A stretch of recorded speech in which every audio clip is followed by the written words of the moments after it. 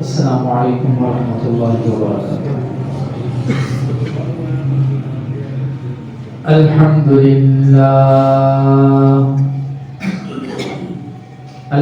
للہ نحمده ونستعینه ونستغفره ونؤمن به ونتوکل علیہ ونعوذ باللہ من شرور انفسنا ومن سیئات اعمالنا، من يهده الله فلا مضل له ومن يضلله فلا هادي له، ونشهد أن لا إله إلا الله وحده لا شريك له، ونشهد أن سيدنا وسندنا ومولانا محمدا عبده ورسوله، صلى الله تبارك وتعالى عليه وعلى آله وأصحابه وبارك وسلم تسليما كثيرا كثيرا. أما بعد فأعوذ بالله من الشيطان الرجيم. بسم الله الرحمن الرحيم. قل إن كنتم تحبون الله فاتبعوني. آمنت بالله صدق الله مولانا العظيم وبلغنا رسوله النبي الكريم، ونحن على ذلك لمن الشاهدين والشاكرين، والحمد لله رب العالمين.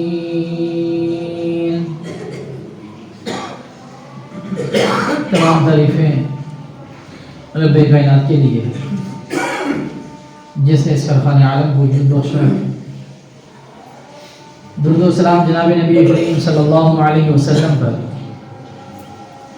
جنہوں نے اس دنیا میں آ کر حق کا بول بالا کیا. سامعین محترم، گفتگو یہ چل رہی تھی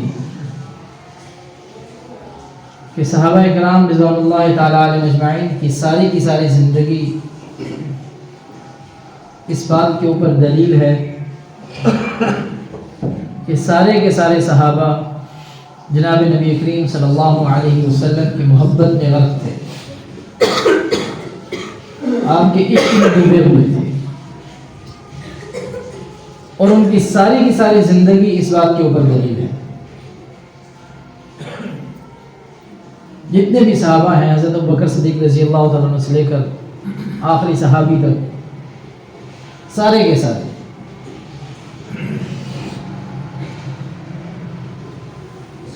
اور ان میں جو دلیل کے طور پر ایک واقعہ بیان کرنے لگا تھا اور بات کہیں سے کہیں نکل گئی تھی، وہ حضرت حذیفہ بن یمان رضی اللہ تعالیٰ عنہ کا تھا.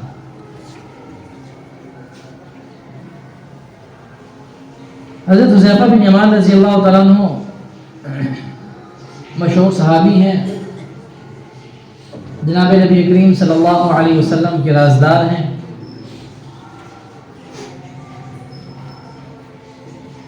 اب یہ ایک وقت کسریٰ کے دربار میں گیا، اس میں یہ صحابی بھی موجود تھے، اور کسریٰ اس وقت کی ایک سپر پاور، بہت بڑی طاقت،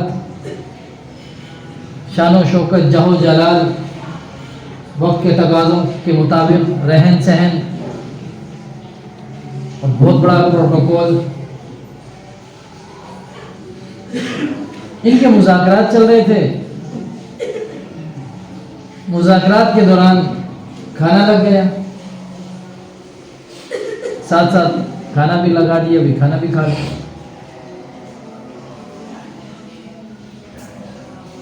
اب کھانا کھانے کے دوران ایسا ہوا کہ حضرت حذیفہ بن یمان رضی اللہ تعالیٰ عنہ کے ہاتھ سے نوالہ نیچے گر گیا.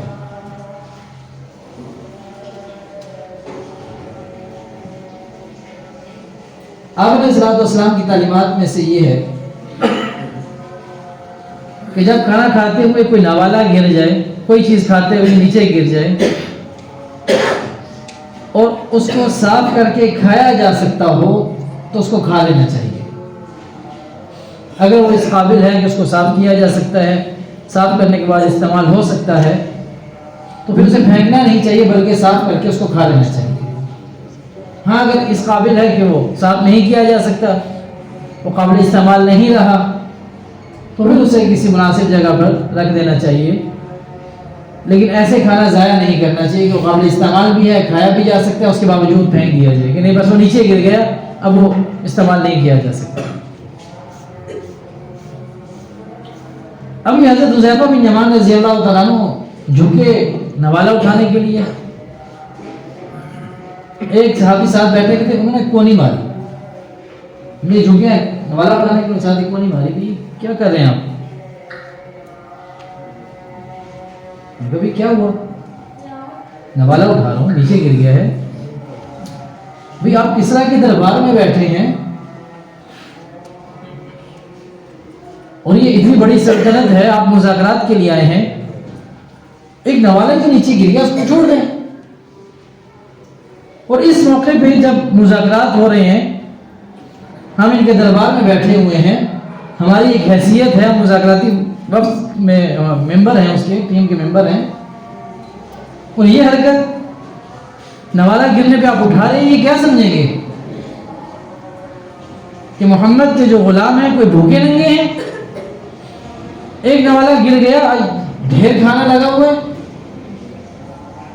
کھانے کی کمی بھی نہیں ہے،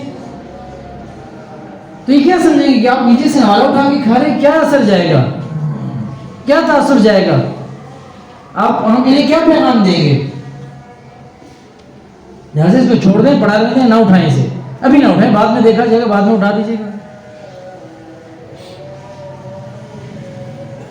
حضرت حذیفہ بن یمان رضی اللہ تعالیٰ نے کیا فرمایا؟ انہوں نے فرمایا کہ کیا میں ان احمقوں کی وجہ سے جناب نبی کریم صلی اللہ علیہ وسلم کی تعلیمات کو ترک کر دوں؟ کیا کسریٰ کی سپر پاور، کیا ان کا جاہ و جلال، کیا ان کی شان و شوکت میرے نبی کے فرمان کے آگے ان کی کوئی حیثیت نہیں؟ اگر یہ مجھے بھوکا ننگا سمجھے، بے شک سمجھتے رہیں، میں نبی کی تعلیمات کو ترک نہیں کر سکتا۔ یہ سچی محبت تھی، یہ اصل عشق تھا جناب نبی کریم صلی اللہ علیہ وسلم کے ساتھ، اور یہ ایک دو واقعات نہیں، زندگی بھری پڑی ہے۔ آپ صحابہ کے واقعات اٹھائیے، حیات الصحابہ مشہور کتاب ہے، اس کا مطالعہ کیجیے، ہر آن، ہر لمحہ، ہر گھڑی اس فکر میں لگے ہوئے ہیں کہ ایسا نہ ہو جائے کہ آپ کی تعلیمات سے ہٹ کر کوئی کام ہو جائے، ہمیشہ یہ فکر لگی۔ جو ایک دفعہ بات پہنچ گئی پھر اس سے آگے نہیں اور اس سے پیچھے نہیں، ختم۔ حضرت عبداللہ بن مسعود رضی اللہ تعالیٰ عنہ مشہور صحابی ہیں، اور امت کے اس بات کے اوپر اتفاق ہے کہ افقہ الصحابہ ہیں، صحابہ کے اندر سب سے بڑے فقیہ حضرت عبداللہ بن مسعود رضی اللہ تعالیٰ عنہ، امت کے اس بات کے اوپر اتفاق ہے۔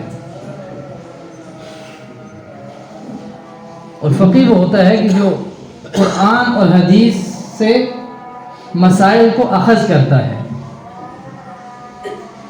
قرآن بھی ہے، حدیث بھی ہے، اس سے مسئلہ کیسے نکالا جائے گا، یہ بہت سمجھ کی بات ہے، بڑی ذہانت کی بات ہے، بڑی احتیاط کا کام ہے۔ تو حضرت عبداللہ بن مسعود رضی اللہ تعالیٰ عنہ افقہ الصحابہ کے اندر تھے، سب سے زیادہ فقیہ، سب سے بڑے فقیہ۔ جناب نبی کریم صلی اللہ علیہ وسلم مسجد نبی کے اندر بیان کر رہے ہیں،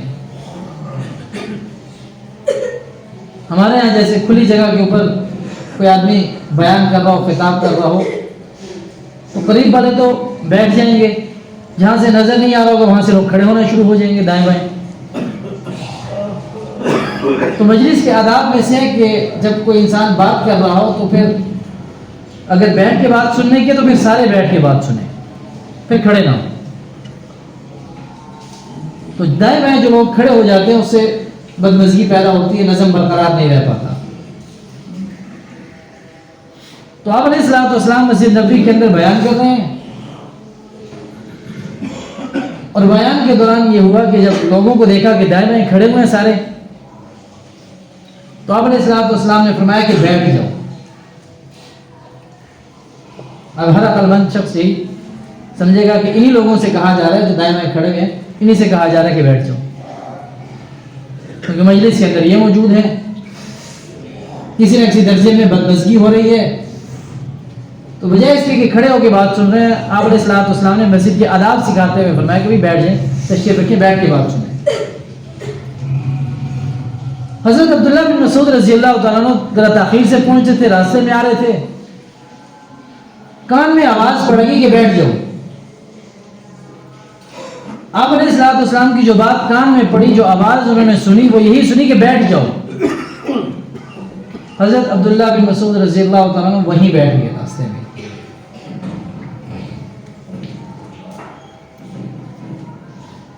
بات وہیں بیٹھ کے سنی، سارا کچھ ہوا۔ اب ظاہر بات ہے جب سارے بیٹھے تو دور تک نظر آ رہا تھا۔ آپ علیہ الصلوۃ والسلام نے دیکھا کہ حضرت عبداللہ بن مسعود جو ہے وہ دور بیٹھے ہوئے ہیں۔ عجیب سی بات ہے، سمجھ میں نہیں آئی۔ سارا معاملات جب ہو گئے، ملاقات ہوئی، عبداللہ بن مسعود رضی اللہ عنہ سے پوچھا کہ بھائی عجیب بات ہے، آپ راستے میں بیٹھ گئے، اتنے دور بیٹھے ہوئے تھے؟ تو فرمایا اللہ کے نبی، میرے کان میں بس یہی آواز پڑی کہ آپ نے فرمایا کہ بیٹھ جاؤ، اور بس میں وہیں بیٹھ گیا۔ میرے اندر اتنی ہمت اور جرأت نہیں تھی کہ میں ایک قدم آگے بڑھتا اس سے، میں وہیں بیٹھ گیا۔ اطاعت کا یہ درجہ تھا، محبت کا یہ درجہ تھا، عشق کا یہ عالم تھا کہ جو بات کان میں پڑ گئی، اب نہ اس سے آگے کچھ ہو سکتا ہے نہ اس سے پیچھے ہو سکتا ہے، اس کو قربان ہو جائیں گے، ہل نہیں سکتے اس سے، اس حکم سے ہل نہیں سکتے، قربان ہی ہو جائے۔ لوگ بھلے سے کچھ بھی سمجھیں، لیکن ایسا نہیں ہوگا کہ حکم ٹوٹ جائے آپ علیہ الصلوۃ والسلام۔ ابھی اگر ہم ہوتے تو 100 ہمارے پاس دلائل ہوتے اس کے اوپر کہ بھی ایسا بھی ہو سکتا تھا، ویسا بھی ہو سکتا تھا، یوں بھی کر سکتے تھے، ویسے بھی کر سکتے تھے۔ کوئی ہیل و حجت نہیں۔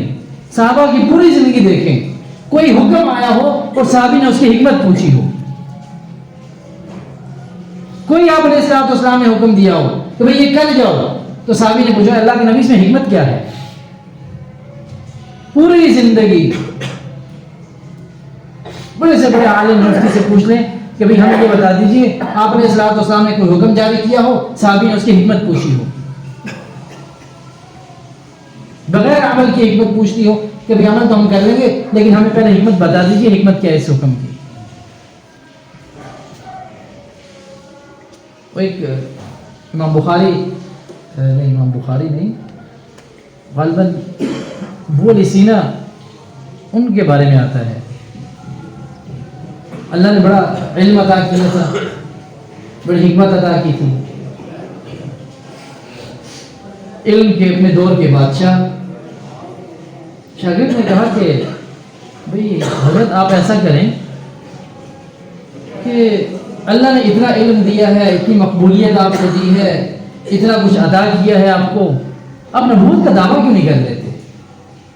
اور اگر آپ نبوت کا دعویٰ کریں گے تو اس میں کوئی حرج بھی نہیں ہوگا، لوگ جوک در جوک آپ کے ہاتھ میں بیعت کریں گے، جو اللہ نے علم عطا کیا ہے، جو آپ کو اللہ نے سمجھ عطا کی ہے، اس پہ تو کوئی بھائی نہیں ہے، لوگ مانیں گے آپ کی بات۔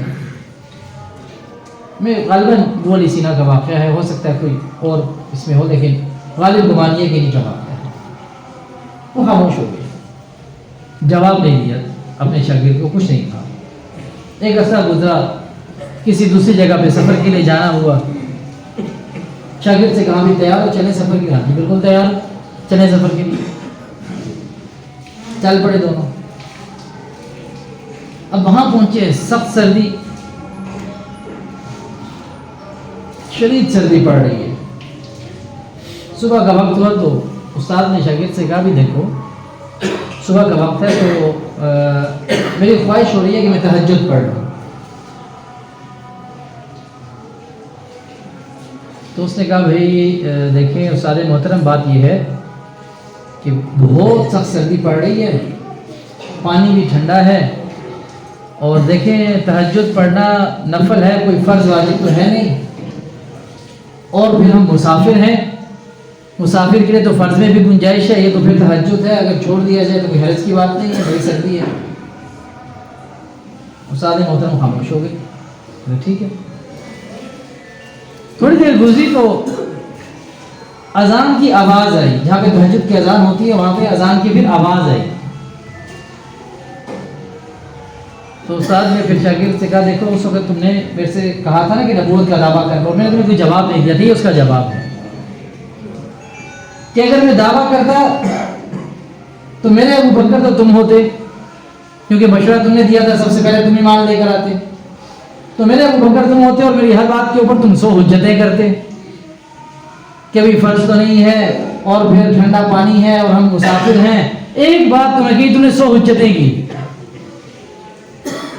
تو یہ اس بات کا جواب ہے. دیکھو آج اگر جناب نبی کریم صلی اللہ علیہ وسلم نے دعویٰ کیا تھا نبوت کا اور وہ نبی تھے، ان کے ماننے والے پھر ابو بکر جیسے تھے کہ آج سخت سردی کے اندر بھی جب تم کہہ رہے کہ سردی لگ رہی ہے، ٹھنڈا پانی ہے، نکلا نہیں جا رہا، بستر چھوڑا نہیں جا رہا، آج بھی محمد کی اذان گونج رہی ہے، یہ ابو بکر کی قربانیوں کا صدقہ ہے. میرا بھائی یہ صحابہ نے پوری زندگیاں لگائی ہیں، انہوں نے جو دعویٰ تو نہیں کیا کہ ہم بہت بڑے عاشق ہیں، لیکن ان کی ساری زندگی دلیل اسی بات کے اوپر ہے کہ وہ یہ عاشق تھے. حضرت عثمان غنی رضی اللہ تعالیٰ عنہ مسلمانوں کے تیسرے خلیفہ ہیں. اللہ نے بڑا مقام اور مرتبہ عطا کیا، بڑی دولت عطا کی. آپ نے اصلاۃ والسلام کے اوپر سب کچھ قربان کیا. انہوں نے آپ نے اصلاۃ والسلام نے انہیں مذاکرات کے لیے مشرکین مکہ کے پاس بھیجا کہ جا کے آپ ان سے مذاکرات کریں. اب یہ جب وہاں پہ گئے تو وہاں پہ اپنے چچا زاد کے ہاں ٹھہرے، اور اگلے دن جانا تھا مذاکرات کے لیے کہ مذاکرات کریں گے ان کے پاس.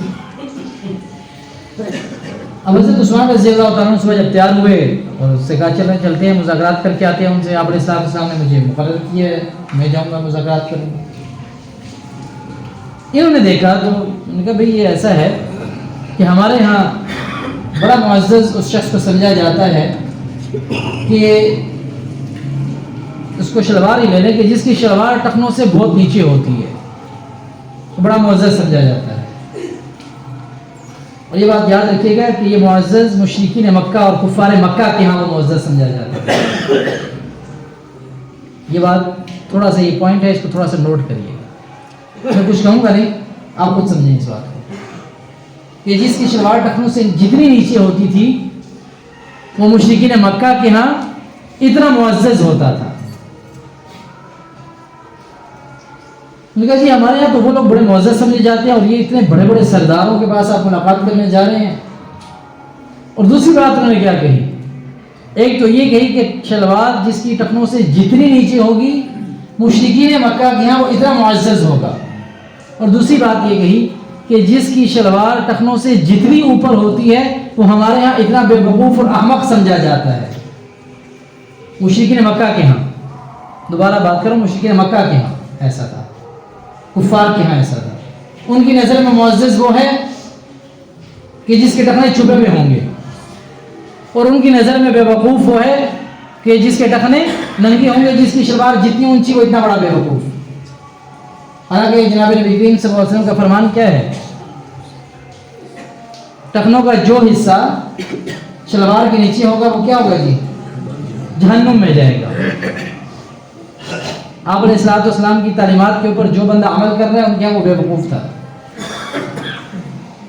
تو ان کا آپ کی شلوار اتنی اونچی کہ آدھی پنڈلی آپ کی نظر آ رہی ہے، آپ کو وہ لوگ کیا سمجھیں گے،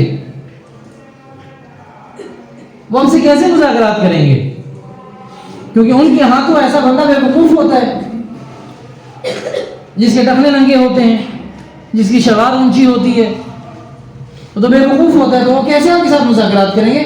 آپ ان کے لیول پہ آ کے بات کریں، معزز سمجھے جائیں گے جب آپ کے ٹخنے چھپے پہ ہوں گے، جب آپ کی جماعت نیچے لٹک رہی ہوگی تو آپ معزز سمجھے جائیں گے. لہٰذا آپ اس مقام پہ لا کے کو پھر بات کریں ان سے، آپ کی بات کا اثر ہوگا، آپ کی بات کا رعب اور دبدبہ ہوگا اس صورت میں.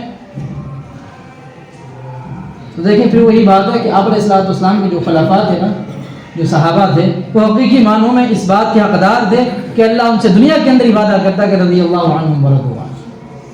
وہ حقیقی معنوں میں اس بات کے حقدار تھے، حقیقی معنوں میں اس بات کے حقدار تھے کہ اللہ نے قرآن میں فرمایا اولئک هم المفلحون، یہ کامیاب لوگ ہیں، اولئک حزب اللہ، یہی اللہ کا لشکر ہے.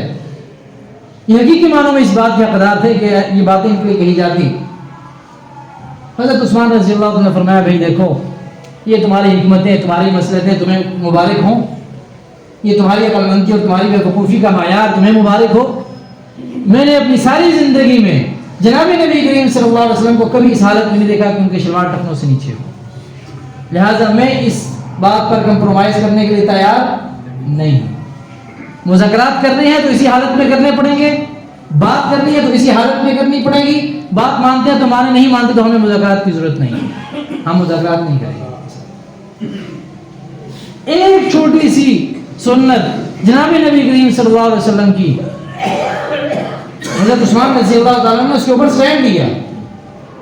آج ہماری حکمتیں، ہماری مصلحتیں اور پھر ہمارے خاندان اور ہمارے رواج اور پھر ہم طرح طرح کی تعویلیں بیان کرتے ہیں کوئی بھی سنت چھوڑنے کے لیے. تو کیسے ہم یہ کہہ سکتے ہیں کہ ہم جناب نبی کریم صلی اللہ علیہ وسلم سے محبت کرتے ہیں اور ہم عاشق رسول ہیں؟ ہم تو جس زبان سے آپ علیہ الصلوۃ والسلام کا نام لے رہے ہیں، ہم تو اس بات کی بھی حقدار نہیں تھے. تو اللہ کا رحمت ہے، اللہ کی رحمت ہے، اللہ کا فضل اور کرم ہے کہ اللہ نے ہمیں اس بات کی اجازت دے دی کہ تم اپنی گندی زبانوں سے، جن سے غیبت، چغلی اور کیا کچھ نہیں بیان کرتے لغویات، ان سے جناب نبی کریم صلی اللہ علیہ وسلم کا نام لے سکتے ہو. یہ تو اللہ کا بڑا کرم اور فضل ہے. اس پہ تو اللہ کا لاکھ بار شکر ادا کرنا چاہیے کہ اللہ آپ نے ہمیں اس بات کی اجازت دی ہے کہ ہم درود پڑھ سکتے ہیں، ہم آپ علیہ الصلوۃ والسلام کے اوپر سلام پڑھ سکتے ہیں، ہم محبت سے ان کا نام لے سکتے ہیں. یہ تو اللہ کی رحمت ہے، ورنہ ہم کہاں اس قابل کہ ہم ان کا نام لے سکیں.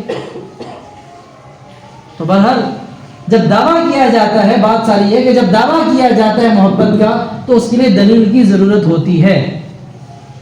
اب اگلی بات، ہمارے یہاں انشاءاللہ سیرت سرکل کے نام سے ایک پروگرام شروع کر رہے ہیں. بہت قریب انشاءاللہ، امید ہے اسی مہینے میں اس کی رجسٹریشن بھی کریں گے اور انٹرویو بھی اسی مہینے میں امید ہے کہ اس کے ہو جائیں گے. اس کے لیے باقاعدہ رجسٹریشن ہوگی اور اس کے انٹرویو ہوں گے. وہ سیرت، اس میں صرف اور صرف سیرت کا سبق ہوگا، اس سے ہٹ کے کوئی اور سبق نہیں ہوگا. اور پورے ہفتے کے اندر ایک کلاس ہوگی اور کوشش یہ ہوگی کہ وہ پروجیکٹر کے اوپر ہو کلاس، کیونکہ ہم نے بہت کھیل لیا نا، مسجد بہت کھیل لیا سب نے. دور نبوت کے اندر جا کے دیکھیں، مسجد صرف فرض نماز کے لیے نہیں تھی، اس میں بہت سارے کام ہوتے تھے. تو اس میں صرف سیرت کے حوالے سے سبق ہوا کرے گا اور وہ ہفتے میں ایک ہی کلاس ہوگی اور وہ ہفتے والے دن ہی ہوگی. کوشش ہماری ایک ہفتے کو عصر سے مغرب کے درمیان، مغرب سے عشاء کے درمیان، مغرب سے عشاء کے درمیان ایک کلاس ہوگی. وہ پورے ہفتے کے اندر ایک ہی ہوگی اور پروجیکٹر کے اوپر ہوگی. اس میں صرف سیرت کی پڑھائی جائے گی. ذہنی طور پہ آپ لوگ اس کے لیے تیار ہیں انشاءاللہ. قریب اسی مہینے کے اندر رجسٹریشن بھی اس کی مکمل کریں گے اور اسی مہینے کے اندر اس کے انٹرویو وغیرہ بھی ہو جائیں گے. جو لوگ پڑھنا چاہیں وہ ذہنی طور پہ اپنے آپ کو پہلے سے تیار کریں. دوسری بات میں نے پچھلے کسی ہفتوں میں کہی تھی کہ ہم بچوں کے لیے ایک کورس انشاءاللہ لانچ کریں گے اور وہ بھی تقریباً اپنی تیاری کے آخری مراحل میں ہے. وہ صرف چھوٹے بچوں کے لیے ہوگا، 1 to کلاس تک کے بچوں کے لیے، اس سے زیادہ چھوٹوں کے لیے نہیں ہوگا. اس سے مطلب جو بڑے ہوں گے ان کے لیے نہیں رکھیں گے. اور اس کی ترتیب یہ ہوگی کہ وہ انشاءاللہ 1 مہینے کے اوپر ہوگا اور صرف ہر اتوار کو ہوگا. 4 سنڈیز اس کے ہوں گے. پلرز آف اسلام کے نام سے اس کورس کو ہم انشاءاللہ لانچ کریں گے. اس کے لیے بھی یہی ہوگا کہ 2 سے 2.5 گھنٹے زیادہ سے زیادہ اس کی کلاس ہوگی اور وہ صرف اتوار کے دن ہوگی. فی الحال ابتدائی طور پر ہم اس کو صرف مہینے کے ہر جو اتوار ہوگا، جس کو ہم 4 سنڈیز کہیں گے، کہ ہر اتوار کی ایک کلاس ہوا کرے گی، وہ بچوں کے لیے ہوگی. تو آپ کے علم میں جو بچے ہیں ان کی بھی رجسٹریشن اور جو داخلہ وغیرہ ہے اس کو بھی ہم کوشش کریں گے. یہ پہلا مرحلہ تو سیرت سرکل کا یہ پورا ہو جائے تو ساتھ ہی ہم اس کے ایڈمیشن شروع کر دیں گے. تو بھی ہم انشاءاللہ مسیح میں رکھیں گے. اس میں مختلف چیزیں ہوں گے, بچوں کے کچھ کھیل ہوں گے, کچھ پریکٹیکلس ہوں گے, کچھ قرآنک سٹوریز ہوں گی اس کے اندر, اس طرح کی کچھ ان کی دلچسپی کا سامان پیدا کرنے کے لیے بہت ساری چیزیں ہیں اس میں. تو اسی کے اندر ہم کھیل کھیل میں ان کو بہت ساری چیزیں سکھانے کی کوشش کریں گے. اس میں آپ کو کسی قسم کا کوئی میٹیریل نہیں لگانا پڑے گا. جیسے سیرت سرکل ہے اس میں بھی آپ کو کوئی خرچہ نہیں ہے, کچھ بھی نہیں کرنا پڑے گا اس میں. ہاں یہ جو بچوں کا اس میں ہو سکتا ہے کچھ ہلکی پھلکی ایک علامتی رجسٹریشن فیس ہماری ہو, لیکن وہ بھی علامتی ہوگی اس طور پہ کہ اس میں جتنے پیپر ورک ہوگا یا کلر ہوگا یا کلرز وغیرہ ہوں گے اور کوئی اسٹیشنری کی چیزیں ہوں گی وہ ہم خود پرووائڈ کریں گے انشاءاللہ. یہ تو دو چیزیں ہوں گی. اس کے لیے بھی ذہنی طور پہ خود بھی تیار رہیں اور بچوں کو بھی تیار رکھیں, کیونکہ اب ہم کوشش یہ کر رہے ہیں کہ جو ایک تربیتی ماحول بنے وہ مسجد سے بننا چاہیے. بڑوں کی بھی اور چھوٹوں کی بھی جو تربیت ہو, بڑوں کے لیے سیرت سرکل ہوگا, بچوں کے لیے اس طرح کے پروگرام ہوں گے. اگر یہ پہلا پروگرام ہمارا کامیاب رہا اور ہمیں بھی کچھ سمجھ میں آئی کہ واقعی کچھ لوگوں کو فائدہ ہوا ہے تو انشاءاللہ پھر اس سے بڑی عمر کے بچوں کے لیے بھی اس کو ہم کوشش کریں گے کوئی نصاب ترتیب دے دیں. تو یہ جو دوسرا ہے یہ پلرز آف اسلام کے نام سے ہوگا. اس میں باقاعدہ بچوں کو سرٹیفکیٹ بھی آخر میں دیں گے جو ان کی کارکردگی اچھی ہوگی انشاءاللہ. اور تیسرا اور آخری اعلان یہ ہے کہ انشاءاللہ العزیز سیرت کے حوالے سے کل پروگرام ہوگا, کل مغرب کے بعد, اور انتہائی مختصر ہوگا. ہمارے پروگرام اتنے لمبے نہیں ہوتے, اس میں 2-4 باتیں ہوں گی انشاءاللہ. اور اس کے بعد جو ہمارے مہمان ہوں گے گجرانوالہ سے تشریف لا رہے ہیں مظفر حمید بھٹو صاحب, ان کا بیان ہوگا اور اس کے بعد پروگرام ختم. پھر تھوڑا بہت کوئی کھانے کی ترتیب بھی ہے تو آخر میں جو ہے وہ کھانا بھی ہوگا. تو صرف اس نیت سے آپ لوگ تشریف لائیں کہ سیرت کے حوالے سے ایک سیرت آپ علیہ الصلوۃ والسلام سے محبت کے اظہار کے لیے ہم آ رہے ہیں, اور اگر ہمیں کوئی بات سمجھ میں آ گئی تو انشاءاللہ اس کے اوپر پھر ہم عمل بھی کریں گے. تو یہ کل انشاءاللہ آپ خود بھی کوشش کریں تشریف لائیں, اور جو آپ کے احباب ہیں انہیں بھی بتائیں کہ سیرت کے حوالے سے جو پروگرام ہے اس میں انہیں بھی لے کر آئیں. کل انشاءاللہ مغرب سے عشاء کوشش کریں گے کہ اگر تو عشاء میں تھوڑی سی تاخیر کرنی پڑی تو ہم تاخیر بھی کریں گے. یہ پہلے سے میں بتا رہا ہوں تاکہ ایسا نہ ہو کہ اب عشاء کی نماز کا وقت ہو گیا, ہو سکتا ہے کہ آدھا گھنٹہ ہمیں عشاء تاخیر سے پڑھنی پڑے. تو اس کے لیے ذہنی طور پہ بھی تیار رہیے گا. سنتے رہیے.